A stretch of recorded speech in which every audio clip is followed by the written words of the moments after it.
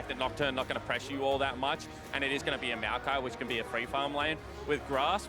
But at the same time, I also do think that their composition needed some form of front line, right? So not really going to go with that. Cassiopeia is a counter pick here. We said we didn't want to see it. That is a much better pick in my opinion. Control Mage for Kira is going to be crucial in this matchup. Yep, and again, Diamond, the guy that's really gotten everything done for this squad. He has so much KP, 78.4% from him. So generally, nothing happens unless Diamond makes it happen. So he and Kira are going to have to team up and really make some plays happen in the mid game. But the big thing for me is whilst his kill participation is so high, he's yet to participate in a proactive First Blood.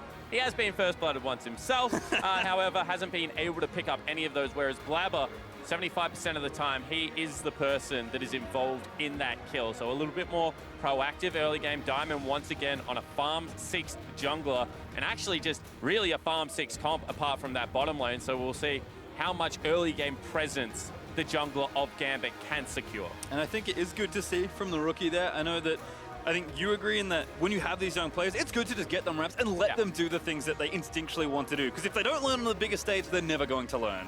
In League of Legends, almost always doing something is better than doing nothing. You have to be able to spend resources. If you allow your jungle to collapse, you know, if you give up things like Baron, you just passively lose out on the game. The game gets harder as it progresses in that sense. I think that the one thing I will applaud Blaber on is his ability to make plays. I think that his missed execution at time has cost Cloud9 pretty majorly in this world. Obviously, it hasn't resulted in a loss yet.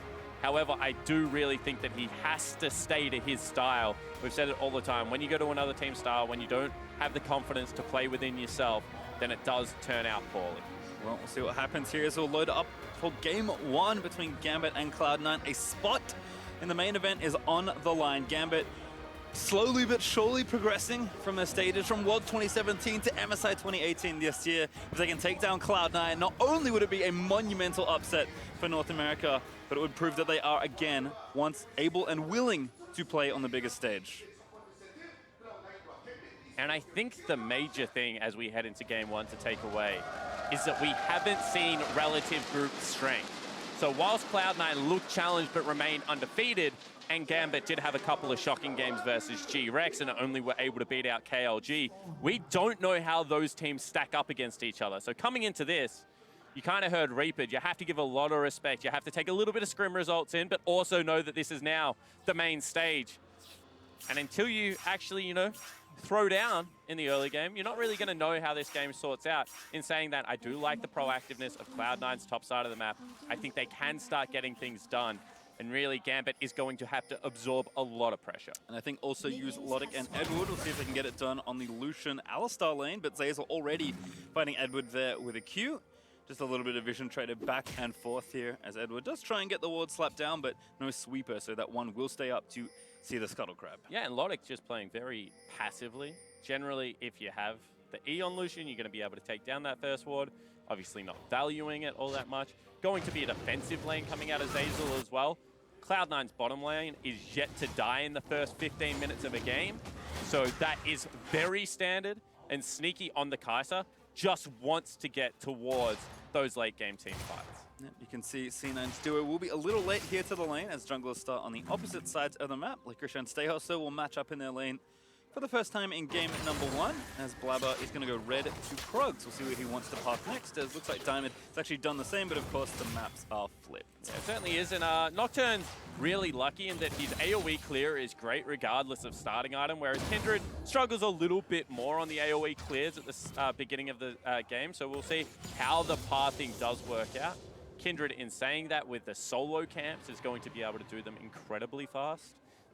And I want to see whether Blaber uses any of that early game advantage to try and impact top lane, or whether this does just turn into a farm fest and he tries to counter gank Diamond. Well, here's the first important thing for him. Mark on the left-hand Scuttle Crab here. Blaber will start it off, and that ward placed a little too far right on the Gambit side, so will not see this going down. Blaber even saving his smite just to make sure he got the bounty. Yeah, and not only that, I mean, it's just that as a Nocturne, you don't really want to challenge for Scuttle Crabs early on in the game. So I think that he's done the right thing there. His top lane is being shoved in massively. In fact, you know, Licorice versus Pstejos is probably one of the biggest mismatches in this best of 5. Licorice performing very well for the Cloud9 lineup, and I mean, Stejos has struggled so far, I think it's fair to say. Trading back and forth though. As you mentioned, Licorice very far up, pushing this lane. Gonna get the stack moving in towards the Maokai, who is checking for Blaber potentially wrapping around the turret. There's a sapling in there, but we know Blaber's busy on his blue side jungle right now. And Jensen looks like he's just getting a little bit of lane control here versus Kira. Took some trades in the early on that weren't too good, but we've seen a lot of farming in mid lane with a Time Warp Tonic especially, and getting some of that here as well. And that's what I was going to mention, you know, the ability to allow the wave to hit the turret, to reverse off at the right time, something that Jensen has been able to accomplish in this laning phase. Of course, he just wants to farm up for tier, maybe Dark Seal as well at the same time. Should be able to get his recall off once again. Teleport mid laner.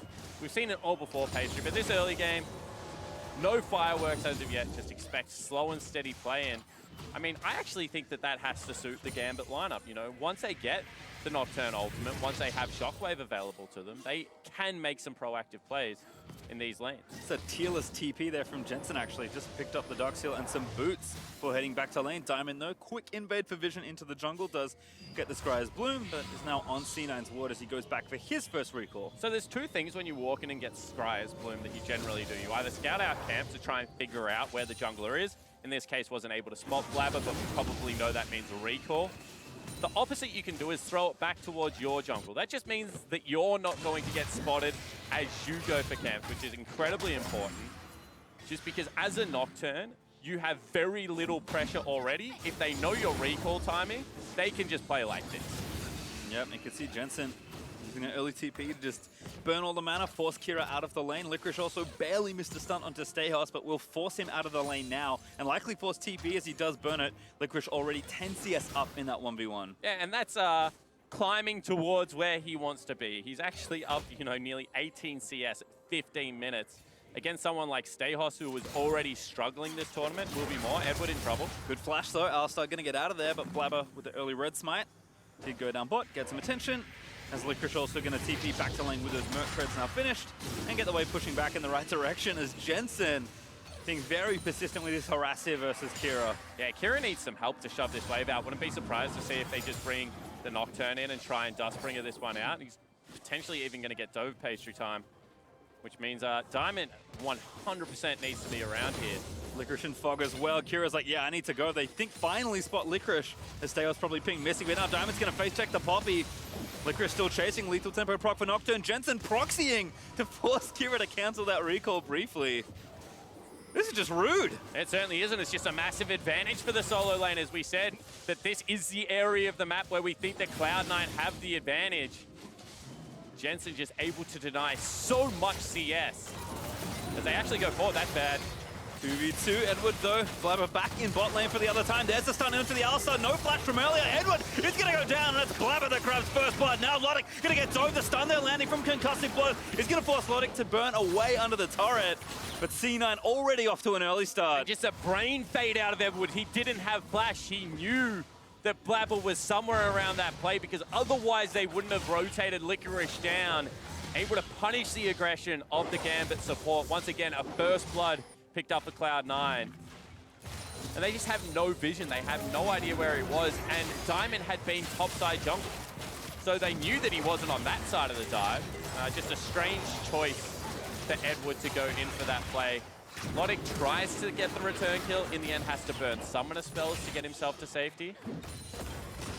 Now Licorice gonna get Shockwave back, still pretty tanky. It does have his flash. Ulti from Stejos, gonna catch in the brambles. A little too slow. Licorice trying to flash up, but there's the ulti from Licorice. Gets one out, but Kira still chasing, needs a few more. And Poppy maybe gonna live under the turret. Those Merc treads came up clutch. Certainly did, and they just used so much. And I love the Merc treads pickup.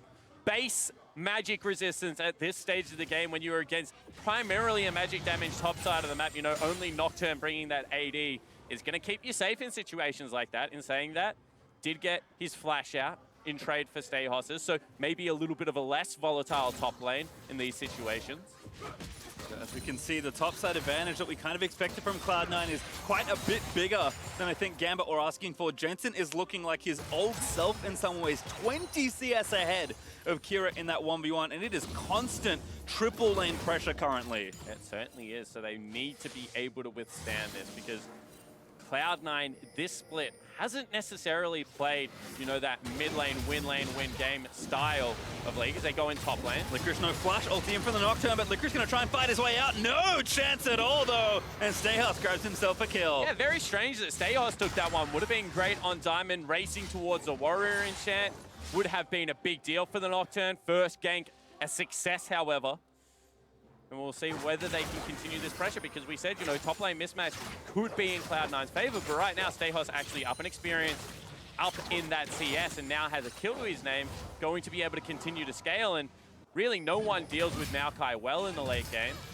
This is just, one more time, Licorice being a little bit over-aggressive, trying to get his wave into the turret, trying to aggress up in the lane. Has actually one of the highest forward in the lanes out of anyone in play-in so far. And just not working out.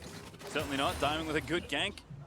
A Nocturne Classic as he goes back and finishes his Warrior. Blaber, though, has been farming healthily as well, so he's got Devourer already finished pretty early on. The Sneaky and Zeyzal continuing to play up in this lane. Kaisa a little down on CS, but certainly up in pressure, which for a Kaisa lane, I think is about all you can ask for. Yeah, it certainly is. I mean, Kaisa is way better than 6 CS on Lucian late game. It's just about whether Sneaky can get there or whether this Gambit lineup can continue to aggress forward. You know, next Nocturne ultimate going to be very important. Can they get it down into the bottom lane? This is what we talk about when we say, you know, the Cloud9 roster plays around their rook. Kira still in the mid lane trying to shove that one out, needs another recall. And as 4 members, C9, walk in on the blue buff, and there's also a mark there, well, there was a mark there if they wanted to stick around. Obviously no longer the case. However, Blaber just doing a very good job of coordinating these invades, keeping Gambit back. Good convert onto the Drake as well. Edward with a shallow ward will not spot Blaber in the pit, but I think C9 have more than enough pressure regardless. The Blaber will happily solo down the mountain. Even miss mice just for a bit of fun. It was by 5 health, it's fine. He's fine, grabs himself another mark. We'll see whether this is going to be the Blade of the Wrong King picked up as well for Blaber, whether he does really go all out. He is going to have to deal with a Maokai on the front line. Devour into Bork is one of the few builds as a jungler that you can go towards that. Diamond back in topside though. I like what he's doing. Once again, gonna ult Licorice. Still in trouble, gonna try and get his way out of there. The ulti channeling up. He kicks one out, but Diamond's still here under the turret. And the brambles from Stejos will stay as Licorice still fighting for his life. Picks up his shield. He's gonna be an up, but Diamond does flash forward to get the kill, but it will be a trade in the end. And now here's Jensen gonna look to try and take down Stejos. Roam warps up. Knockback there by the Q as Jensen gets the first combo started. Damage is down. Stejos. Sap Magic is just trying to stay alive for a little while longer, but Jensen will keep chasing. Under the turret he goes. Jensen forced to flash. Minions still booking the last Q as Jensen. He wants it, but he can't get it range as bot side. There will be a dive as well. Zeyzal too low as a coming from Lodik will keep him back alive, but Edward also all in that situation.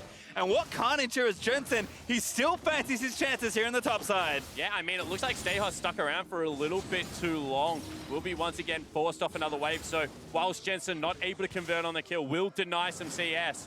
But Kira, really the stay-at-home mid laner right now, bottom lane under siege. Yep, first tower up for grabs here for Cloud9. They will stick around 3 strong, make it 4 as the TP secures that kill. Ult in from Kaisa onto Lodik. Here's Nocturne, but it's too late. That's Edward already dead.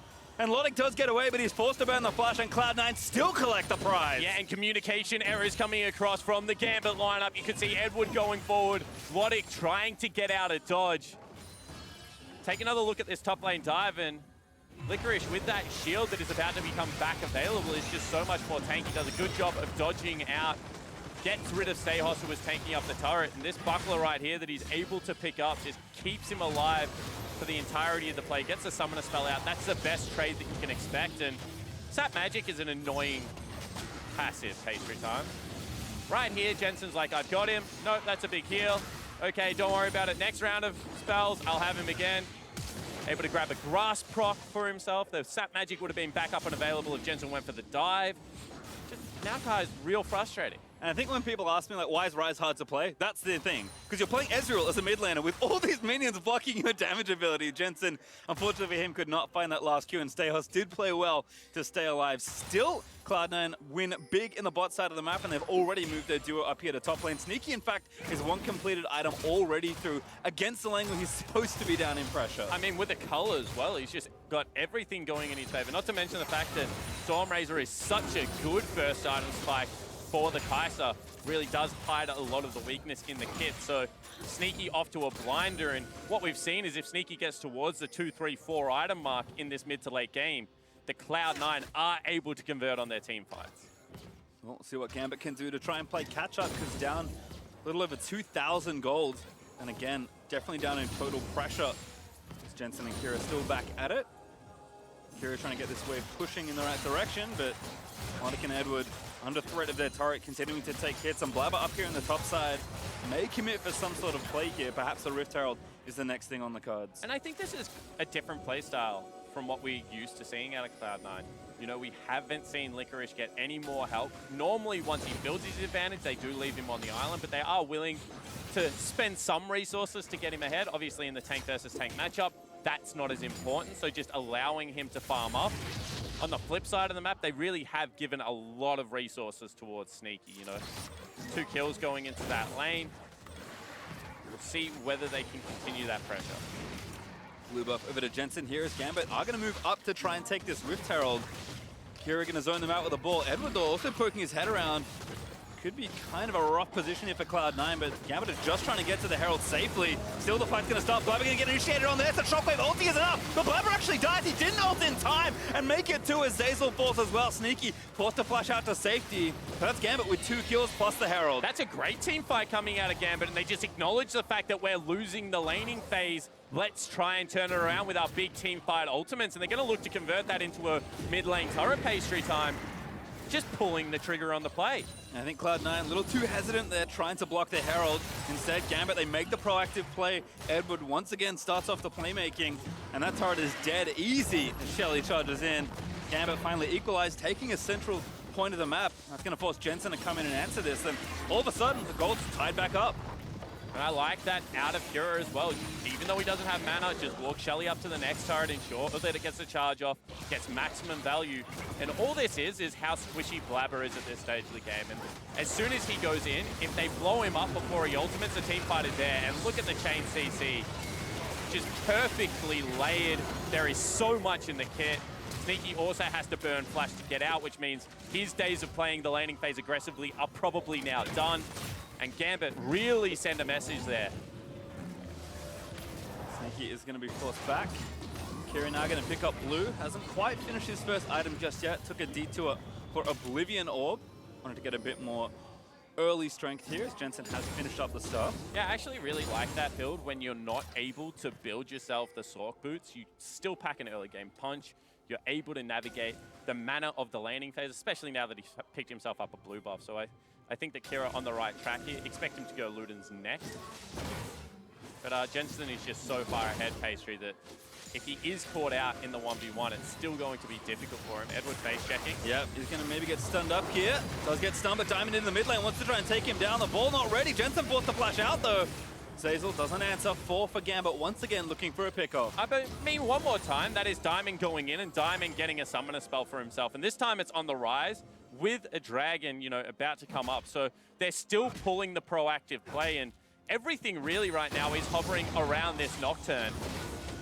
Gotta respect the fact that Diamond, whilst having acquired an early game, since then has had 100% kill participation, and he's just building for the all-out aggression. Yeah, you can see Warrior plus BF Sword and 2 long swords is about as much AD as you can afford early, as the Drake also does go over to Gambit. They'll equalize on that front. In the meantime, Sneaky is trying to get this next turret pushed down, but Cloud9 have certainly been put a little off kilter by Gambit, and in particular, Diamond's mid-game aggression. Yeah, they certainly have, but the one member of Cloud9 that you really can't rattle at the moment is going to be Sneaky. And I mean, he's still farming absolutely fine. He's taking himself down 2 turrets at the same time. He would hold majority of this 1,300 gold lead for himself, and he's going up against the earlier game carry. So he knows with that cull cashed in, if he can just get towards the Winsus, maybe a Banshee's Veil, something along those lines as his next item, he's going to be fine in the mid to late game. And I think that having a player like that for you gives your rookies a lot of confidence to make their early game plays. And they've been able to do that, you know, Blaber rolling. They've had some good impact so far out of Zeyzal. And you just got that insurance policy of Sneaky being there at the end. Certainly has been kind of his thing all career long, and still showing up here in his 4th Worlds, I believe. 4th or 5th, can't exactly remember. Gambit, though, continuing to apply some pressure. Lodik does get the way push into the turret, but Sneaky just runs in and scoops up the rest of this farm, no problem. I mean, the evolution of Sneaky has actually been really cool because at a certain point, you know, they were playing Alistar, they did have some lane dominance, but then all of a sudden they turned into great team fighters. And I think that Sneaky's career has just been highlighted by fantastic versatility. Kind of now playing everything, taking the strongest AD carry if he wants to, and I think that the fact that he is the mainstay of this roster, that he is, you know, the last remaining member of the OG Cloud9, is a lot to do with the fact that he continues to evolve. And that's the thing, it's coupled with consistency, which is extremely rare for a player at any level, especially the highest level, that you can be as versatile but as consistent as Sneaky has been, especially at these high-stakes tournaments. So Cloud9, they've had a lot of changes this year, a lot of roster shuffling, but Sneaky, despite also getting benched himself for a period of time, has stayed true. Still looking good here. His fourth Kaisa game here at Worlds 2018 as C9. Trying to make something happen, but we've certainly started slowing down the pace here in the middle of the game. Yeah, and I think that you do have to worry about Blaber as well as Sneaky having full vision control over the Baron area. It's not spawned yet, still a minute away. However, being able to secure that so early means that they can sneak it if they're able to get Braum into the pit at the same time. Not to mention the fact that if you face check and lose a team fight at this stage of the game, going to be disastrous around that area of the map. So I do appreciate how early they were willing to move in, but that's when, you know, you applaud the veterancy of people like Edward of Diamond to not face check the area, no camps on the top side of the map, just catch waves. And once again, this is a press R composition they've put together. Maybe some fight in the mid lane. Ooh, proactive play, look at the Kira. There's Zeyzal with the flash Q. He will miss, but the exhaust will land. Now going to get tied up as Diamond going to try and come in, but under the turret, Blaber picks up an easy one. And for the first time in this game, Diamond's ulti is not impactful. Yeah, you could see that Diamond wanted to re-engage it. They actually used Stejos' teleport as well, but not able to get there in time. Just a fantastic call to rotate everyone in. Even with the skill shot missing, they still have enough to pick up the kill. Cloud9 now can continue to try and siege down. 20 minutes into the game, as those picks start getting later and later, they become more and more impactful. Still not able to crack Gambit, and Gambit's still within 2,000 gold. Yeah, certainly holding up. Keeping mid out of very important. Cloud9, I think just taking their recalls came a little too early perhaps to force something too hard. And now with Gambit back out on the map, they'll finally get themselves around the Baron area for the next time in this game and try and scoop out some of the vision. But again, going back, items are being picked up. Jensen Ryze has transformed, has Oblivion Orb to join his cooldown boots, and Blaber finished that Black Cleaver. We're kind of just waiting for Sneaky's Ginsus to be the first thing that maybe prompts the next bit of action from Cloud9. And Lodik once again going for the Essence Reaver. Really does seem to favor this item build. And in a composition where multiple members can get access through the backline, you know, all of a sudden Licorice can take a Ryze portal. You have Sneaky that is able to get in there as well with the ultimate. You would think maybe a little bit more tank factor coming out of that Black Cleaver would be useful, but staying true to the build. At the same time, I think both of these tanks are going to really struggle to peel for their compositions. You know, you got Nocturne ultimate, Jensen in trouble. Good flash for both of them already. Collapsing onto Jensen. Licorice trying to peel them off. A good stopwatch. He's going to buy enough time. Ulti though from Kira. Blaber with a great last second ulti though. As Gambit continue to try and dive Diamond. He wants it. He will get it. And now pops his own watches. Gambit need to get themselves under that turret. But Diamond, he will be left for dead as Sneaky late rejoins the fight. Stejos still around for far too long as Sneaky looks to play janitor. Blaber grabs himself the shutdown. Still alive as he's cutting out under the turret as Edward cannot find it. And Sneaky, he will Killer Instinct in. Take down Kira as Lodik left. The only one alive from Gambit as Cloud9 collect the ace and Sneaky collects the triple. What a team fight out of the Cloud9 lineup. They punish the over-aggression coming from Gambit. We said team fights around that 20-minute mark can be devastating, and they will convert it into a Baron. And this seems all too easy for Cloud9, who win the first major team fight of the game. 22 minutes in, they'll scoop up the Baron, and they have built a massive lead after that play. And his mind was telling him no, but his body, you can see he just gets underneath the turret immediately. Old school Lee syndrome. Of course, it takes place with the Maokai as well. And the surprising thing was that they continued this fight. I thought that once Diamond went in and traded his life, the rest of the members would back away, but they did try and re-engage and save him. It was looking okay until Stejos really just overextended. paid the iron price one more time, and Gambit lineup so close. You can see health bars. Looks like it could have been okay, but the fact that Sneaky wasn't there for any of it, still had the full kit available to be able to unleash. And first ace, understandably, our Ace of Predator replay for this game. C9 so far ahead now, 6,500 gold with Baron, looking to push down even more turrets. All tier 2 is up for the taking. My Gambit goodness. must defend. The damage out of Blaber in that fight, just able to free fire on the back line. Really did get it done, and it's going to be another Zeal item coming out of Sneaky. We've seen a couple of different adaptations in the build. When he does have to be an AD user, does like to pick up the Hurricane. Has also got Infinity Edge, incredibly late game, which you don't generally see on a Kaisa. But I think both AD and AP do have, you know, some validity to them at this stage. Yeah, I like to say that Kaisa scales pretty well with items. So when you got a lot of versatility and you're the strongest late game carry in the game, there's a reason we've seen so much Kaisa. C9 though do take a turret. Actually get 2. Jensen was busy split pushing with his TP and ulti ready to go. So that's 2 for Cloud9 already on the Baron power play, and still a minute 40 left to try and siege down more and perhaps crack the base of Gambit as well. Yeah, now he's picked up his Morello Nomaton. He'll probably go towards a Banshee's Veil. He is very hard to deal with for the Maokai, because Maokai relies on being able to use Sap Magic to just push out waves. Hasn't got a Sunfire Cape either, so going to have to expend mana. So Stejos doesn't really have any great answers against Jensen, and given the fact that he has Teleport as well, they can match that. At the same time, I don't think Kira's really going to do anything to the adaptive Helm Poppy at this stage of the game. I think we look again, the best answer has to be Diamond. Coming into those side lanes with the ulti. I mean, whatever he does needs to work for Gambit once his Baron buff has worn off. Whether it's a full 5-man engage, riding in with the ball on top of him, or trying to pick off a straggler in the 1-3-1 in these side lanes. But for Cloud9, they're the ones with really almost all the pressure in this game, and they will translate this up towards the top side and try and take turret number 6. And this is what experienced teams do. They recognize your windows. Okay, ultimate backup unavailable from Diamond. He's going to look to attack a side lane.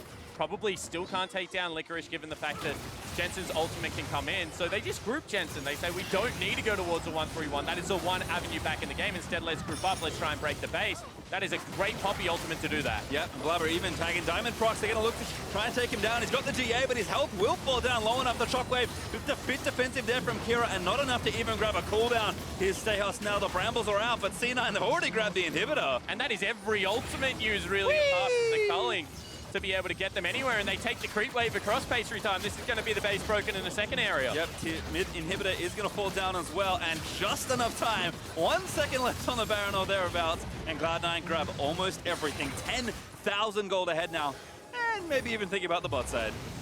Oh, hello, Diamond. In onto Blaber, who burns the ulti, and Diamond, you've got no GA left. He's going to get stunned up in the Lamb's fight, but not enough as Jensen finds the pick off in the end. Lodik a little too far forward as Zeyzal. Maybe thinking of letting the ulti rip. Kira does not have his ultimate back around, so it's Jensen that grabs the double. Going to make it 3 as Edward falls on the other side as Jensen. He's just rampaging in towards the Gambit carries, looking to take down even more. And with 3 dead, Gambit will concede the base, and game 1, Cloud9 will storm in and take the Nexus. Yeah, and it looked like they had the fight, they had the pick, but just too mobile. Blaber gets over the wall and makes them pay. Slow, steady, and standard it is for Cloud9, but more than enough to find themselves that mid-game lead and crush Gambit in the face here in game number 1. Nexus down, Cloud9 thinking only 2 more left to go as Blaber grabs himself a fountain kill.